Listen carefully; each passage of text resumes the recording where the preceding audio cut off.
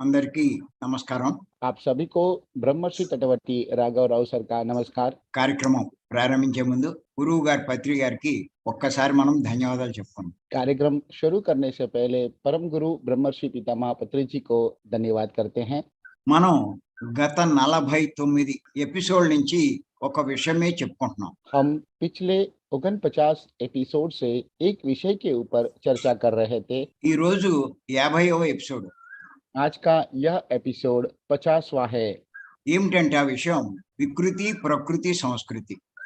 और वह विषय है विकृति, प्रकृति और संस्कृति। ఈ సందర్భంగా అజ్ఞాని యొక్క ప్రవర్తన ఎలా ఉంటుందో మనం తెలుసుకుంటున్నాం. इसी संदर्भ में अज्ञानी का व्यवहार कैसे होता है उसके बारे में हम जानकारी प्राप्त कर रहे हैं। ఇంచేతంటే అజ్ఞాని యొక్క ప్రవర్తన సృష్టి విరుద్ధంగా ఉంటుంది. क्योंकि अज्ञानी का व्यवहार सृष्टि विरुद्ध रहता है, దానివల్ల జీవితంలో కొన్ని సమస్యలు, కష్టాలు ఎదుర్కొంటారు. जिनके वजह से जीवन में कुछ समस्याएं और तकलीफ उत्पन्न होते हैं అనుకున్న లాభాలు పొందలేరు. और वे जैसे लाभ प्राप्त करना चाहते हैं वो पा नहीं सकते हैं। అంచేత ఇవన్నీ మనం తెలుసుకుని इसीलिए हम इन सभी विषयों को जानकर అజ్ఞానంలోంచి బయటపడే ప్రయత్నం చేయాలి. अज्ञान में से बाहर आने का प्रयत्न करना है। ఎన్నో రకాలైనటువంటి పనులు మనం చేస్తున్నాం. अनेक प्रकार के काम हम कर रहे हैं, అవన్నీ అజ్ఞానంతో కూడుకున్నవే. ये सभी अज्ञान से ही किया जा रहे हैं। అవన్నీ మనకు నష్టం కలిగిస్తాయి. इन सभी से हमें बहुत नुकसान होने वाला है। ఆఖరికి భగవంతుడి విషయంలో కూడా మనం అజ్ఞానంతో ప్రవర్తిస్తున్నాం. अंत में भगवान के विषय में भी हम अज्ञान रूप से व्यवहार कर रहे हैं। అవి మనకి కష్టాలు తేవడమే కాదు, ये हमें मुसीबत ही नहीं लाते हैं, మనము కోరుకున్న లాభాలు పొందలేం కూడా. हम जिन लाभों को प्राप्त करना चाहते हैं वह भी नहीं मिलेंगे। ఈ రోజు ఒక విషయం తెలుసుకుందాం. आज हम एक और विषय के बारे में जानकारी प्राप्त करेंगे। అందరూ రాసుకోండి. आप सभी को श्रद्धा पूर्वक लिखना है। భగవంతుడు శక్తిమంతుడు. भगवान शक्तिवान है, ఆయనకు తెలియంది ఏదీ లేదంటూ उनको पता नहीं है ऐसा कुछ भी नहीं है यह बोलकर పాపాలు చేస్తూ ఉంటారు. पाप कर्म करते रहते हैं। దీనికి కారణం అజ్ఞానమే. इसका कारण भी अज्ञान ही है। మరొక్కసారి చెప్తాను. భగవంతుడు శక్తిమంతుడు, भगवान शक्तिमान है, ఆయనకి తెలియంది లేదంటూ ఏమీ లేదు అంటారు. उनको पता नहीं है ऐसा कुछ भी नहीं है ऐसा बोलते हैं। అని చెప్తూ ऐसा बोलते हुए ఎన్నో పాపాలు చేస్తూ ఉంటారు. अनेक पाप कर्म करते हैं। ఇది అజ్ఞానం. ये अज्ञान है। దీని గురించి కొంచెం వివరంగా తెలుసుకుందాం. इसके बारे में थोड़ा विस्तृत रूप में जानकारी प्राप्त करेंगे। ఎంచేతంటే భగవంతుడు శక్తిమంతుడు, क्योंकि भगवान शक्तिवान है, ఆయన ప్రతిదీ తెలుసుకోగలడు वे सब कुछ जान सकते हैं। అని అంటూ ऐसे बोलते हुए మరి తమ కష్టాలు తొలగించమని, उनके मुसीबतों को दूर करने के लिए, పాపాలు క్షమించమని, पाप कर्मों को माफ करने के लिए, కోరికలు తీర్చమని इच्छाओं को पूरा करने के लिए మరి ప్రార్థనలు చేస్తారు. प्रार्थना करते हैं। అన్ని మతాల్లోనూ చేస్తారు. सभी धर्मों में करते हैं। మీరు చూడండి, आप देख सकते हैं ప్రపంచంలో दुनिया में ఏ మారుమూల, किसी भी कोने में जाइए, ఏ దేశంలో, कोई भी देश में, ఏ ప్రాంతంలో, किसी भी प्रांत में, ఎక్కడ ఉన్నా కూడా ఇలా ప్రార్థనలు చేస్తూ ఉంటారు. कहीं पे भी देखेंगे तो इस तरह के प्रार्थना करते रहते हैं। దీని అర్థం ఏమిటి అంటే, इसका मतलब यह है ఆయన ఒక్క చోటే ఉంటే यदि वे एक जगह ही रहते तो మరి ఒక్క చోటే వచ్చి ఆ ప్రార్థన చెయ్యాలి. तो एक ही जगह पे आकर प्रार्थना करना चाहिए। మరి ప్రపంచమంతా ప్రార్థిస్తున్నారు అంటే लेकिन पूरी दुनिया भर में प्रार्थना कर रहे हैं, इसका मतलब ఆయన ఎక్కడ ప్రార్థించినా తెలుసుకోగలడనే నమ్మకం. उनको कहीं पे भी प्रार्थना करेंगे तो उनको समझ पाएंगे, यह भरोसा उनको है। ఆయన ఎక్కడ ఎవరు ప్రార్థిస్తున్నా తెలుసుకోగలడనే నమ్మకం. वे कहीं पे भी कोई भी प्रार्थना करता है तो जान सकते हैं यह विश्वास उनको है। దాని అర్థం ఏమిటి అంటే ఆయన అన్ని చోట్ల ఉంటాడని, इसका मतलब यह है कि वे सभी जगहों पे रहते हैं, అన్ని ప్రాంతాల్లో ఉంటాడని सभी प्रांत में रहते हैं, ऐसा నమ్మకం ఉండబట్టే అలా చేస్తున్నారు. विश्वास है, इसीलिए इस तरह से कर रहे हैं। మరి తమ కోరికలు చెప్తే और उनका विचार व्यक्त करने से ఆయన తెలుసుకుంటాడు, उनके इच्छाएं व्यक्त करने से वे समझ सकते हैं ఆ కోరికలు తీరుస్తాడు అనేటువంటి और నమ్మకం. और इनकी इच्छाओं को पूरा करेंगे, ऐसा उनको भरोसा रहता है। పాపాలు క్షమిస్తాడని నమ్మకం. पापों को माफ करेंगे, ऐसा उनको विश्वास रहता है। మరి వాళ్ళు కోరుకున్నవి और वे जो इच्छा व्यक्त करते हैं అన్నీ కూడా सब कुछ ఆయన తెలుసుకున్నప్పుడు, उनके जानने के बाद, తెలుసుకోగలిగినప్పుడు, जान सकने के बाद, మరి వీరు చేసే పాపాలు ఆయనకి తెలియదా? तो इनके द्वारा किया गए पाप कर्मों के बारे में उनको पता नहीं है क्या? మరి ఈ విషయం ఎందుకు ఆలోచించరు? ये विषय के बारे में क्यों नहीं सोचते हैं? మరి పాపాలు ఎందుకు చేస్తున్నారు? तो पाप क्यों कर रहे हैं? పాపాలు చేస్తే భగవంతుడు ఊరుకుంటాడా? पाप करेंगे तो भगवान चुप बैठेंगे क्या? మనం చేసిన పాపాలకు భగవంతుడు శిక్ష వెయ్యడా?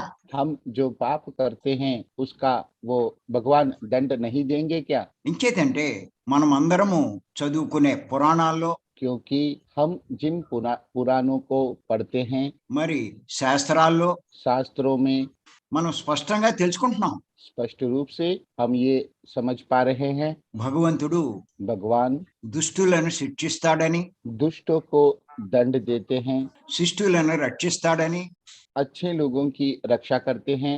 మనం అందరము తెలుసుకుంటున్నాం, వింటున్నాం. हम सब ये बात समझ रहे हैं और सुन रहे हैं। రామాయణంలో మనం చూసినట్లయితే रामायण में हम देख सकते हैं దేవుడైనటువంటి రాముడు भगवान रूप ऐसा राम రాక్షసుల్ని సంహరించాడు, राक्षसों का संहार किया है, దుర్మార్గులను శిక్షించాడు. दुष्टों को दंड दिया है। ఇది మనకి స్పష్టంగా తెలుస్తుంది ఆ పురాణం ద్వారా. हमें उस पुराण के द्वारा स्पष्ट रूप से समझ में आता है। అంటే ఎవరైతే రాక్షసుల్లా ప్రవర్తిస్తారో, मतलब जो लोग राक्षसों जैसा व्यवहार करते हैं, రాక్షసులు అంటే ఎవరు అంటే राक्षस का मतलब రక్త మాంసాలను ఇష్టపడేవారు. खून से भरा हुआ मांसों को पसंद करने वाले, రక్త మాంసాలు खून से भरा हुआ मांस ఇష్టపడేవారు. उनको पसंद करने वाले। అంతేకాదు తమ ఆనందం కోసం ఇతరుల్ని హింసించేవారు. इतना ही नहीं, अपना आनंद के लिए औरों को हिंसा करने वाले, వాళ్ళనే రాక్షసులు అంటారు. उन्हीं को राक्षस कहते हैं। అలాంటి వారు ఎవరైనా సరే ऐसे लोग चाहे कोई भी हो, శిక్షింపబడతారని తెలుసుకోవాలి. वो उनको दंड मिलता ही है, यह बात हमें जान लेना चाहिए। ఇది మనకు బోధించడానికే यह बताने के लिए ही ఆ రామాయణం అనే పురాణం చెప్పబడింది. रामायण नाम का पुराण हमें बताया गया है। రాముడి చరిత్రలోంచి మనం తెలుసుకోవాల్సినటువంటి సందేశం ఇదే. राम के चरित्र से समझने वाला संदेश यही है। అంచేత ఏ మానవులైతే इसीलिए जो मानव రక్త మాంసాలు ఇష్టపడతారో, खून से भरा हुआ मांस को पसंद करते हैं, అంటే మాంసాన్ని ఇష్టంగా తింటారో, मतलब मांसाहार को पसंद करके खाते हैं, ఆ జీవుల్ని చంపుతారో, उन जीवियों का वध करते हैं, వాటిని క్రూరంగా హింసిస్తారో, उन्हें क्रूर रूप से हिंसा करते हैं, దైవం చే శిక్షింపబడతారని తెలుసుకోవాలి. उनको भगवान के द्वारा दंड दिया जाता है, यह बात हमें समझ लेना चाहिए। మీరు చూడండి, మరి రామాయణంలో రాక్షసులు हम देख सकते हैं रामायण में राक्षसों का శివభక్తులు, सभी शिव भक्त थे, శివారాధనలు చేస్తారు. शिव जी का आराधना करते थे, కానీ ఎంత శివారాధనలు చేసినా लेकिन कितना भी शिव आराधना करने के बाद వారు రాక్షసులు, वे राक्षस ही है, మాంసభక్షకులు. मांसाहार का सेवन करने वाले हैं। అందుచేత వారు శిక్షకు పాత్రులయ్యారు, శిక్షింపబడ్డారు. इसीलिए वे दंड के पात्र बने हैं और दंड दिया गया है। ఇది మనం కూడా తెలుసుకోవాలి. यह बात हमें भी जान लेना चाहिए। ఈ విషయం మనకి రామాయణంలో జరిగిన ఒక సంఘటన ద్వారా తెలియజేయబడింది. यह बात रामायण में घटित हुआ एक संगठन के द्वारा हमें जानने को मिला है। ఆంజనేయ స్వామి हनुमान లంకకు లంఘించాడు. लंका तक छलांग मारकर चले गए हैं ఆ లంకా నగరమంతా చూశాడు, తిరిగాడు. और पूरा लंका का भ्रमण किया है। సీతాదేవిని మొత్తం మీద తెలుసుకున్నాడు. अंत में सीता जी का खोज कर चुके हैं। మరి ఆ లంకా నగర వైభవాన్ని ఎంతో ముగ్ధుడయ్యాడు. लंका नगर का वैभव देखकर मुग्ध हो चुके थे, మరి తన కార్యం పూర్తి చేసుకుని మళ్ళా తిరిగి వచ్చాడు. लेकिन अपना कार्य पूरा करके लौट आए। తిరిగి వచ్చి लौटने के बाद రాముణ్ణి కలిశాడు. राम को मिले थे। చాలా సంతోషంగా నేను సీతాదేవిని చూశాను అని చెప్పాడు. बहुत ही संतुष्ट होकर मैंने सीता जी का दर्शन किया है, ऐसा कहते हैं। మరి ఈ విషయం చెప్పగానే రాముడు చాలా సంతోషించాడు. यह बात सुनते ही राम बहुत प्रसन्नित हुए। ఇంకా ఏం చెప్పాడు అంటే, उसके बाद उन्होंने यह कहा है, ఆ రాక్షసులంతా वे सभी राक्षस శివభక్తులు, शिव भक्त हैं, వాళ్ళు శివ పూజలన్నీ చేస్తారు वे शिव जी का पूजा सब करते हैं, అని చెప్తున్నాడు. ऐसा कहते हैं।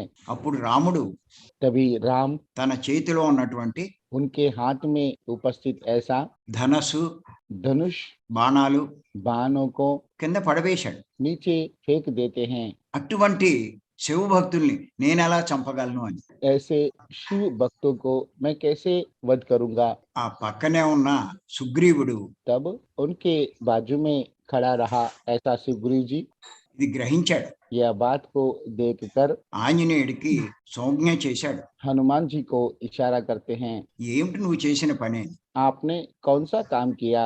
అప్పుడు ఆంజనేయ స్వామి గ్రహించాడు. उनकी बात को हनुमान जी समझ पाए। వెంటనే ఈ రకంగా చెప్పాడు. तुरंत ही फिर इस तरह से कहा, ఆ రాక్షసులు वह सभी राक्षस అంత శివభక్తులైనా इतने शिव भक्त होने के पश्चात भी వారు మాంసభక్షకులు, वे सभी मांस भक्षक है, వాళ్ళు హింసాపరులు, वे हिंसा करते हैं, వాళ్ళు చాలా దుర్మార్గులు वे सभी दुर्मार्ग है అని చెప్పాడు. ऐसा कहते हैं। వెంటనే రాముడు तुरंत ही श्री राम ధనస్సు మరలా తీసుకుని पुनः अपना धनुष को उठाते हैं। వాళ్ళు ఎంత శివభక్తులైనా वे चाहे कितने भी शिव भक्त हो, వాళ్ళు హింసాపరులు, वे हिंसा का आचरण करने वाले हैं, మాంసభక్షకులు. मांस भक्षक है, అందుచేత इसीलिए వాళ్ళని నేను సంహరించి తీరుతాను मैं उनका वध करूंगा, అని చెప్పడం జరిగింది. ऐसा उन्होंने कहा है। అందుచేత గుర్తుపెట్టుకోండి, इसीलिए यह बात को हमें ध्यान में रखना है। మీరు ఎన్ని పూజలు చేసినా, ये लोग कितने भी पूजा करने के बाद भी, ప్రార్థనలు చేసినా, प्रार्थना करने के बाद भी, ఎన్ని ఆరాధనలు చేసినా, कितने भी आराधना करने के बाद भी, మీరు కనుక यदि हम మాంసభక్షకులైతే, मांस भक्षक है तो, జీవహింసా పరులవుతే जीव हिंसा करने वाले हैं तो తప్పనిసరిగా శిక్షింపబడతారన్న సంగతి తెలుసుకోవాలి. निश्चित रूप से दंड दिया जाएगा। यह बात हमें समझ लेना चाहिए। నేను పూజలు చేస్తున్నాను అని ధైర్యంగా ఉంటే సరిపోదు. मैं पूजा कर रहा हूँ ऐसा सोचकर धैर्य से रहेंगे तो पर्याप्त नहीं है। మీరు శిక్షింపబడకూడదు అంటే, आपको दंड नहीं मिलना चाहिए तो, అంటే కష్టాల పాలు కాకూడదు అంటే, मतलब मुसीबतों के शिकार नहीं होना चाहते हैं तो ఆ జీవుల్ని కష్టపెట్టకూడదు, उन जीवियों को तकलीफ नहीं देना चाहिए, వాటిని హింసించకూడదు, उनको हिंसा नहीं करना चाहिए, వాటి మాంసం భక్షించకూడదు उनका मांस को नहीं खाना चाहिए। అన్న విషయం ఈ పురాణాన్ని బట్టి మనం తెలుసుకోవాలి. यह बात पुराणों से हमें समझ में आता है। అంతేకాదు, इतना ही नहीं, మహాభారతం తీసుకున్నా महाभारत में भी देखते हैं तो అధర్మంగా ప్రవర్తించే కౌరవులను, अधर्म रूप से व्यवहार करने वाले कौरवों को మరి భగవానుడైనటువంటి శ్రీకృష్ణుడు भगवान स्वरूप ऐसा श्री कृष्ण దగ్గర ఉండి उनके पास रहकर అర్జునుడి చేత పాండవుల చేత చంపించడం మనం చూసాం. अर्जुन के द्वारा पांडवों के द्वारा उनका वध कराने की बात हम देख चुके हैं। మరి ఎందుకు ఆయన దగ్గరుండి ఈ పని చేయించాడు? वे क्यों उनके करीब रहकर ये काम करवाए? దానికి ముఖ్య కారణం వారంతా అధర్మపరులు. उसका मुख्य कारण वे सभी अधर्मी हैं, అధర్మ పక్షాన ఉన్నారు. अधर्म के पक्ष में हैं, అధర్మాన్ని ప్రోత్సహించారు. अधर्म का प्रोत्साहन किया, అందుచేత వాళ్ళందరూ శిక్షార్హులయ్యారు.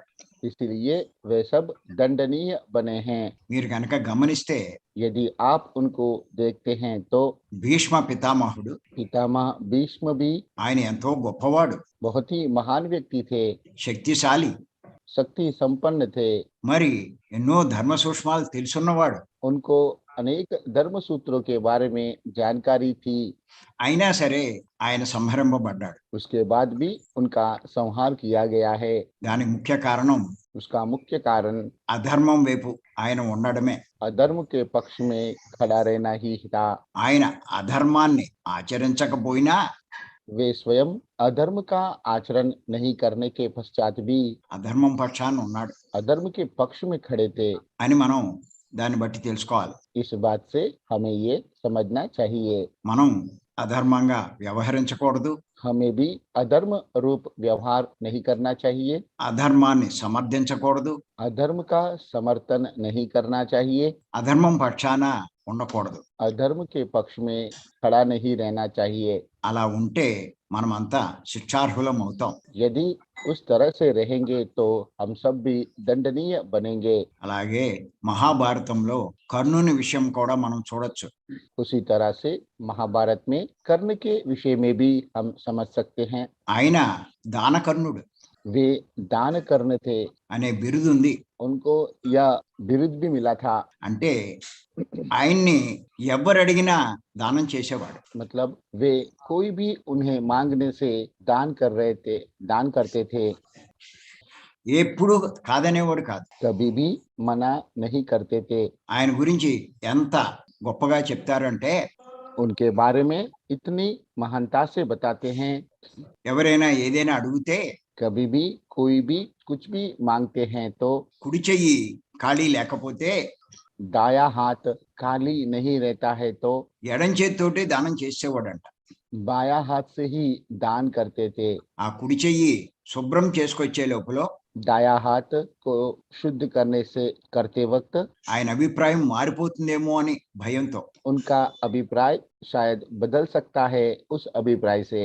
అంత గొప్ప దాన కర్ణుడైన इतने महान दान वीर कर्ण थे, మరి అటువంటి కర్ణుడు కూడా इतने महान कर्ण भी మహాభారత యుద్ధంలో సంహరింపబడ్డాడు. महाभारत युद्ध में संहार किया गया है। దాని అర్థం మనం తెలుసుకోవచ్చు. इसका अर्थ हम समझ सकते हैं, ఇంచేతంటే కర్ణుడు అధర్మాన్ని ప్రోత్సహించాడు, क्योंकि कर्ण अधर्म का प्रोत्साहन किया, అధర్మ పక్షాన్ని ఉన్నాడు, अधर्म के पक्ष में खड़े थे, అందుచేత సంహరింపబడ్డాడు. इसलिए उनका संहार किया गया। మరి మనం కూడా इसलिए हमें भी అధర్మంగా వ్యవహరించిన, अधर्म रूप से व्यवहार करने से, అధర్మాన్ని ప్రోత్సహించిన, अधर्म का प्रोत्साहन करने से, అధర్మ పక్షాన ఉన్నా अधर्म के पक्ष में खड़े रहने से మనము శిక్షింపబడతామన్న సంగతి తెలుసుకోవాలి. हम भी दंडित किए जाएंगे, यह बात हमें समझना चाहिए।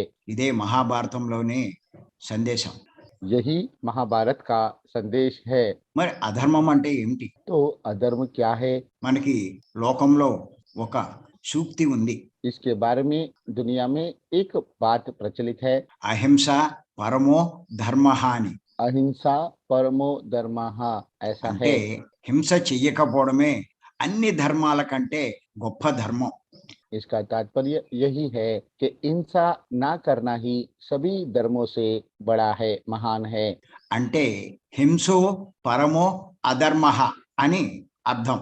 इसका मतलब हिंसो परमः अधर्मम, అంటే హింస చెయ్యడమే అన్నిటికంటే గొప్ప అధర్మం అని. मतलब हिंसा करना ही सबसे बड़ा अधर्म है। అంటే మాంసం తినడమే గొప్ప అధర్మం అన్న సంగతి తెలుసుకోవాలి. मतलब मांसाहार का सेवन करना ही सबसे बड़ा अधर्म है, यह हमें समझना चाहिए।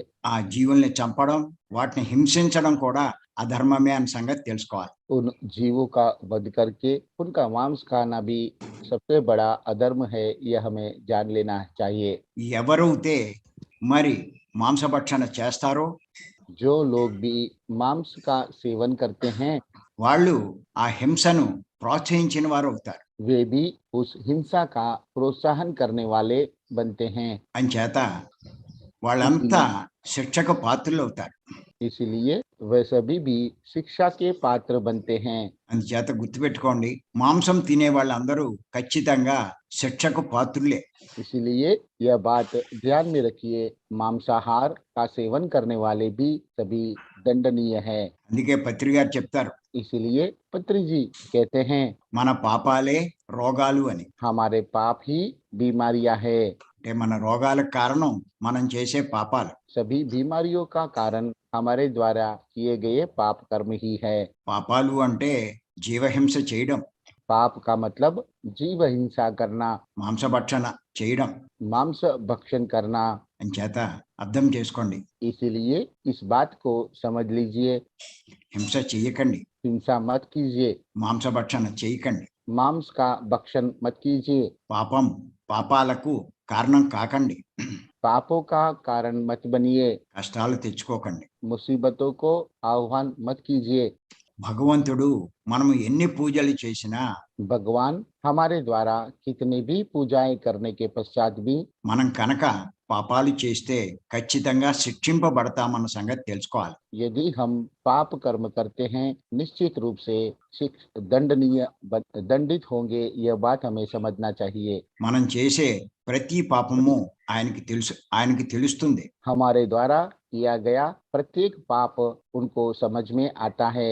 ఆయన చూడట్లేదని అనుకోకండి. वे नहीं देख रहे हैं ऐसा मत समझिए, सोचिए। ఆయన గుళ్ళోనే ఉంటాడన్న సంగతి గుళ్ళోనే ఉంటాడు అని అనుకోకండి. वे सिर्फ मंदिरों में ही रहते हैं ऐसा मत सोचिए। ఆయన అంతటా ఉంటాడు. वे सभी जगह पे उपस्थित है। ప్రతి ఒక్కరూ చేసే ప్రతి పని ఆయన చూస్తూ ఉంటాడు. प्रति कार्य को वो देखते रहते हैं। వాటినన్నిటినీ రికార్డు చేయబడతాయి, అవన్నీ రికార్డు చేయబడతాయి. यह सभी रिकॉर्ड किया जा रहा है। ఆ సమయం వచ్చినప్పుడు శిక్షలు కూడా వేయబడతాయి समय आने पर दंड भी दिया जाएगा, అనే విషయం మర్చిపోకండి. यह बात मत बोलिए। ఆయన అంతటా ఉన్నాడు అన్న సంగతి తెలుసుకోండి. वे सभी जगह पे मौजूद है, यह बात समझ लीजिए। పాపాలు చేయకండి, पाप मत कीजिए, కానీ లోకంలో लेकिन दुनिया में ఆయన అంతటా ఉన్నాడు అన్నట్టుగా చెప్తారు, वे सभी जगह पे उपस्थित है ऐसा कहते हैं, ప్రవర్తిస్తారు. व्यवहार भी करते हैं। వీళ్ళు ఇండియాలో ఉన్నప్పుడు ప్రార్థిస్తారు, यह लोग भारत में रहते हैं तभी भी प्रार्थना करते हैं, అమెరికా వెళ్ళినా ప్రార్థిస్తారు. अमेरिका जाते हैं तब भी प्रार्थना करते हैं। అంటే ఆయన అంతటా ఉన్నాడని వాడికి తెలుసున్నట్టేగా. इसका मतलब भगवान हर जगह पे मौजूद है, यह बात उनको पता है। మరి మనం చేసే పాపాలు చూడ్డా? तो हमारे द्वारा किए जाने वाले पापों को नहीं देखेंगे क्या? ఖచ్చితంగా చూస్తాడు. निश्चित रूप से देखते हैं। అంచేత పాపాలు చేయకండి, इसलिए पाप मत कीजिए, అజ్ఞానాన్ని తొలగించుకోండి. अज्ञान को दूर कीजिए। జ్ఞాని అన్ని చోట్ల పవిత్రంగా ఉంటాడు. एक ज्ञानी हर जगह पे पवित्र रूप से ही रहते हैं। అందుకే పత్రి గారు అందరినీ జ్ఞానం సంపాదించుకోమంటారు. इसीलिए पत्री जी सभी लोगों को ज्ञान प्राप्त करने का संदेश देते हैं। ఆ జ్ఞానం సంపాదించుకోవడం కోసం ధ్యానం చేయమంటారు. उस ज्ञान को प्राप्त करने के लिए ध्यान करने के लिए कहते हैं। ఆ జ్ఞానం పొందినవాడు यह ज्ञान प्राप्त करने वाले భగవంతుడు అంతటా ఉన్నాడని తెలుసుకుంటాడు. भगवान सभी जगह पे हैं, यह बात समझते हैं। అందరి శరీరాల్లో ఉన్నాడని తెలుసుకుంటాడు. सभी के शरीर में है, यह बात जान लेते हैं। అన్ని జీవులలోనూ ఉన్నాడని తెలుసుకుంటారు. सभी जीवियों में भी है, यह बात भी समझ लेते हैं। అంచేత ఎవరిని హింసించడు, इसलिए किसी का भी हिंसा नहीं करते हैं, మాంసం భక్షించడు. मांसाहार का सेवन नहीं करते हैं మరి అన్ని చోట్ల పవిత్రంగా ఉంటాడు. और सभी जगह पे पवित्र रूप से रहेंगे। అందుచేత భగవంతుడు ఒక్క చోటే ఉంటాడు అనుకుంటే అది అజ్ఞానమే. इसीलिए भगवान एक ही जगह पे रहते हैं, ऐसा सोचते हो तो यह अज्ञान है। ఆయన చూడట్లేదు అంటూ పాపాలు చేస్తే, హింస చేస్తే నష్టపోయేది మనమే. वे नहीं देख रहे हैं ऐसा मानकर यदि पाप कर्म हिंसा करेंगे तो नुकसान हमको ही होगा। చాలా మంది మీరు గమనిస్తే बहुत लोगों को यदि हम देखते हैं तो వాళ్ళు గుడికి వెళ్ళిన రోజున మాంసం తినరు. मंदिर जिस दिन जाते हैं उस दिन मांसाहार का सेवन नहीं करते हैं। వాళ్ళ నమ్మకం ఏంటంటే उनका मानना यह है ఇంటికాడ మాంసం తిని घर में मांसाहार का सेवन करके గుడికి వెళ్తే मंदिर जाएंगे तो వీడు చేసిన పాపం దేవుడు గ్రహిస్తాడని. इनके द्वारा किया गया पाप भगवान देख लेंगे, ऐसा सोचते हैं। అందుకని ఆ రోజే మాంసం తినడు. इसीलिए सिर्फ उसी दिन मांस नहीं खाते हैं, మిగతా రోజులన్నీ శుభ్రంగా తింటాడు. बाकी सभी दिन में मजे से खाता है, మరి खाते మిగతా हैं। రోజులు భగవంతుడు ఉండడా, చూడడా? तो दूसरे दिनों में भगवान नहीं रहते हैं क्या, नहीं देखते हैं क्या? మరి శిక్షలు వేయడా? तो दंड नहीं देंगे क्या? మరి ఈ పనులు ఎందుకు చేస్తున్నారు? तो ऐसा कार्य क्यों कर रहे हो? అజ్ఞానమే దానికి కారణం. अज्ञान ही इसका कारण है। చేత జీవహింస చేయకండి, इसीलिए जीव हिंसा मत कीजिए, మాంసం తినకండి, मांसाहार का सेवन मत कीजिए, పాపాలు చేయకండి, पाप मत कीजिए, శిక్షకు పాత్రులు కాకండి.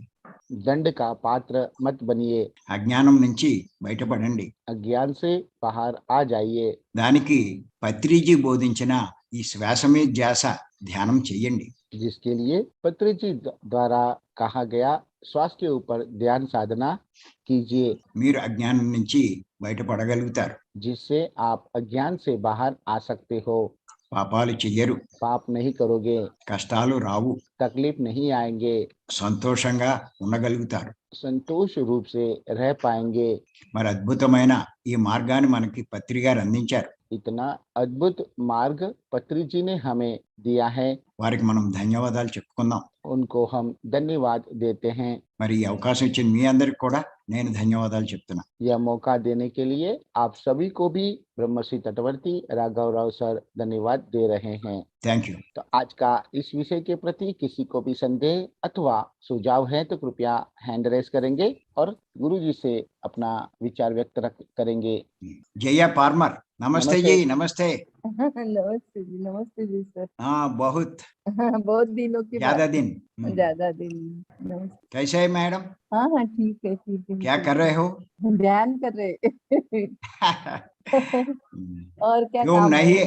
हाँ जूम को हाँ क्यों हाँ नहीं आया?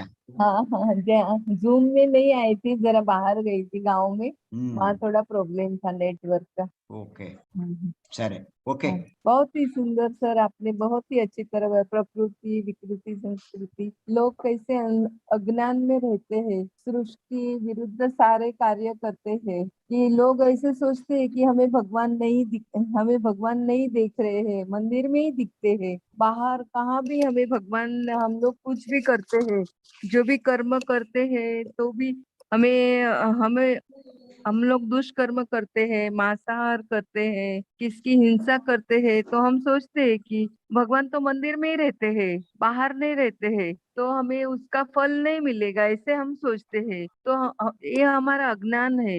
आपने बहुत ही अच्छी तरह समझाया है कि हम लोग प्रार्थना करते हैं, हमें लगता है कि जब भी प्रार्थना करते तभी हमें भगवान दिखते हैं, बाकी टाइम में तो हमें भगवान नहीं दिखते हैं, तो हमें दंड नहीं मिलेगा। तो हम लोग कैसे अज्ञान में रहते हैं। राक्षस जो शिव भक्त रहते हैं तो भी उनका उनका वध होता है, क्योंकि वो मांसाहार करते हैं, दूसरों को कष्ट देते हैं, हिंसा करते हैं, क्रूरता से कोई भी प्राणी का वध करते हैं। वो शिव साधना करने के बाद भी वो दंडनीय दंड के पात्र है। जो सृष्टि के विरुद्ध ऐसे काम करते हैं, ऐसे को भगवान दंड अवश्य ही देते हैं। पूजा करने के बाद में कि हम हमारा अज्ञान से हम लोग सोचते हैं कि हम लोग अधर्म से व्यवहार करते हैं, वो भी दंड के पात्र रहते हैं। अर्जुन के द्वारा भी हमें पांडव ऐसे पांडवों का सभी अच्छी तरह आपने उदाहरण दिया है कि भीष्म पितामह है, उन्होंने भी अधर्म का साथ दिया था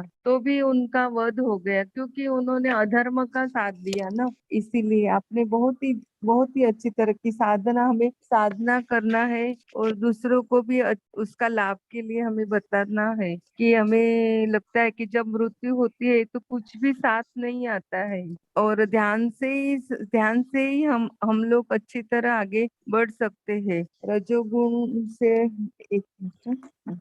और कर्ण कर्ण इतना दानी था तो भी उन्होंने अधर्म का साथ दिया ना, तभी उनको भी दंड मिला था। अहिंसा परमो धर्म है कि हिंसा नहीं करना है, हमें धर्म के ऊपर ही धर्म के साथ ही रहना है, मांस का सेवन नहीं करना है। मांस के सेवन से ही हमें जो पाप है, उस जो पाप होता है वो उससे बीमारियां आती है। मांस भक्षण ओ पूजा के पश्चात भी हम लोग उसके दंड के भागीदार होते हैं। हमें लगता है कि भगवान हमें यहाँ नहीं दिखते, वहां नहीं दिखते, वो तो मंदिर में ही रहते हैं तो हम लोग मंदिर में जाते हैं, लेकिन भारत में अमेरिका में प्रार्थना करते हैं कि गॉड इज एवरीवेयर है, सभी जगह पे भगवान है और हमें देख रहे हैं। पाप पाप नहीं करना चाहिए। हम लोग को अज्ञान से दूर, ऐसे अज्ञान से हम लोग अज्ञान अज्ञान में नहीं रहना है,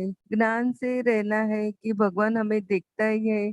जो भी हम लोग गलत काम करेंगे, मांसाहार करेंगे, क्योंकि सभी प्राणी के जीव में भी भगवान रहते हैं।